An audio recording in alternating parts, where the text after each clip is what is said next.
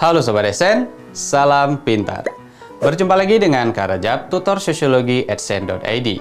Pada video kali ini, Kak Rajab akan membahas salah satu materi sosiologi, yaitu tentang integrasi sosial. Apa yang dimaksud dengan integrasi sosial? Yuk kita belajar!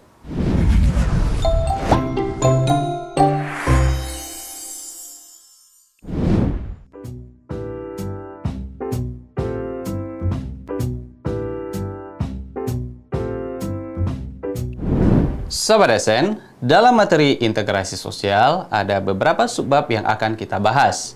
Yang pertama sekali, di sini mengenai pengertian.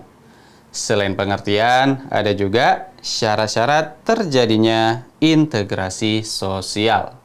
Selain syarat, ada juga faktor yang mempercepat terjadinya integrasi sosial. Jadi nanti ada homogenitas kelompok, kemudian besar kecilnya suatu kelompok, mobilitas geografis, maupun komunikasi yang efektif. Nah, jadi dari keempat hal tersebut akan mempercepat atau memperlambat terjadinya suatu integrasi. Kemudian ada tahapan terbentuknya integrasi sosial. Jadi untuk terbentuknya suatu integrasi, masyarakat harus melalui beberapa tahapan-tahapan. Selanjutnya ada faktor pendorong integrasi sosial, bentuk-bentuk integrasi sosial, dan juga hasil dari adanya integrasi sosial atau dampak ya dari adanya integrasi sosial. Berkaitan dengan yang pengertian. Nah, suatu masyarakat yang majemuk, yang multikultural, yang memiliki keberagaman perbedaan, memiliki keberagaman kebudayaan, itu rentan terjadi suatu konflik. Nah, agar perbedaan tersebut tidak terjadinya suatu konflik, jadi yang kita butuhkan apa? Sebuah persatuan atau integrasi. Nah, jadi dapat kita artikan, integrasi adalah suatu proses penyatuan di antara unsur-unsur kebudayaan yang berbeda dalam masyarakat. Nah, jadi di dalam masyarakat yang memiliki kebudayaan yang berbeda, kita harus mengintegrasikan. Makanya dikatakan adanya proses penyatuan di antara unsur-unsur kebudayaan yang berbeda. Bagaimana caranya kita menyatukan perbedaan-perbedaan tersebut akan terciptanya sebuah persatuan. Selanjutnya, apa sih yang menjadi syarat terjadinya integrasi? Jadi untuk terbentuknya integrasi ada syaratnya ya. Nah, yang pertama adalah syarat yang pertama terpenuhinya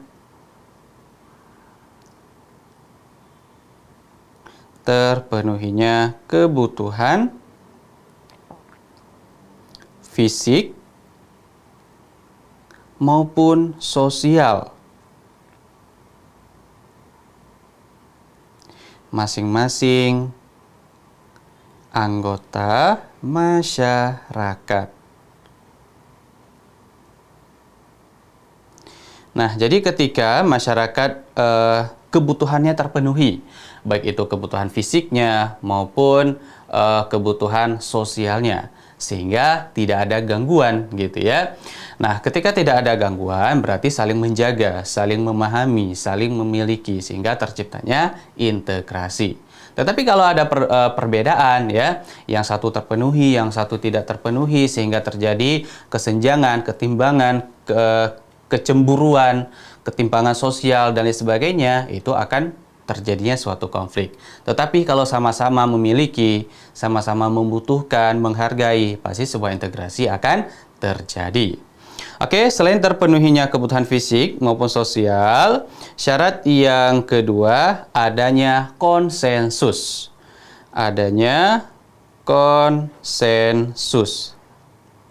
Mengenai nilai dan norma. Jadi ada kesepakatan bersama mengenai apa? Mengenai nilai-nilai, norma-norma yang ada di dalam masyarakat. Karena nilai dan norma dijadikan sebagai patokan dalam masyarakat berperilaku. Aturan-aturan yang ada dapat mengontrol perilaku manusia agar tidak bertentangan dengan kebiasaan-kebiasaan, agar terhindar dari berbagai macam perilaku menyimpang. Dengan menaati norma, dengan menaati aturan, sehingga masyarakat akan hidup damai, tentram, aman, dan nyaman.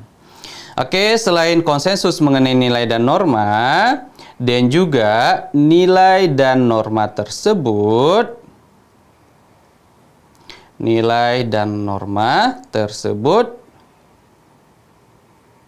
berlangsung dalam waktu yang lama. Nah, yang berarti suatu nilai dan norma itu tidak gampang berubah-ubah. Kalau suatu aturan yang berubah-ubah, nanti masyarakat akan bingung gitu ya. Nah, walaupun di sini dikatakan nilai dan norma tidak gampang berubah-ubah, tetapi harus mengikuti zaman juga. Tidak mungkin kita menggunakan aturan-aturan zaman dahulu dengan zaman sekarang, itu pasti berbeda. Walaupun tidak gampang berubah, tetapi harus mengikuti perkembangan zaman. Nah, ini adalah beberapa syarat terbentuknya suatu integrasi. Selanjutnya, nah, di sini dapat kita lihat ya, faktor yang mempercepat terjadi integrasi sosial. Ada homogenitas kelompok, yang berarti suatu masyarakat yang homogen, yang sama. Ketika masyarakat memiliki kesamaan dalam berbagai hal, jadi suatu integrasi akan cepat terbentuk. Kemudian juga besar kecilnya suatu kelompok. Kalau anggota dalam kelompok tersebut itu sedikit, maka integrasi akan cepat terjadi. Tapi kalau anggota banyak sekali, tidak saling mengenal dan sebagainya, suatu integrasi akan sulit dibentuk gitu ya. Begitu juga mobilitas geografis.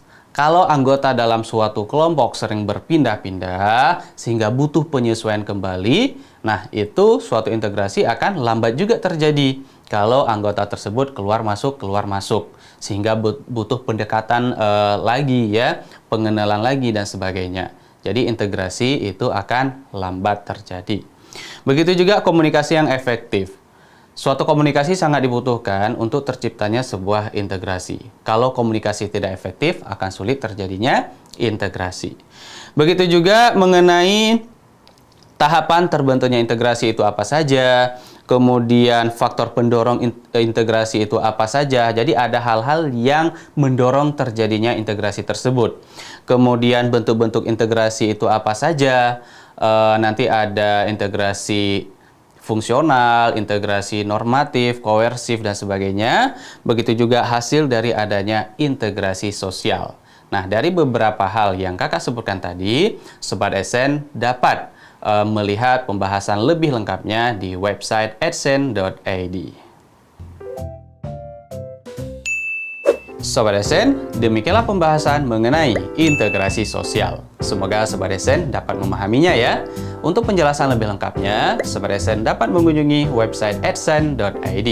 Sampai jumpa lagi di video berikutnya. Salam pintar.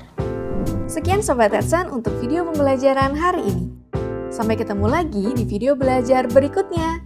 Jangan lupa aktifkan notifikasi untuk video terbaru kami ya. Sobat Adsen juga bisa mengunjungi adsen.id dan temukan ribuan video pembelajaran. Sampai jumpa Sobat Adsen, salam pintar!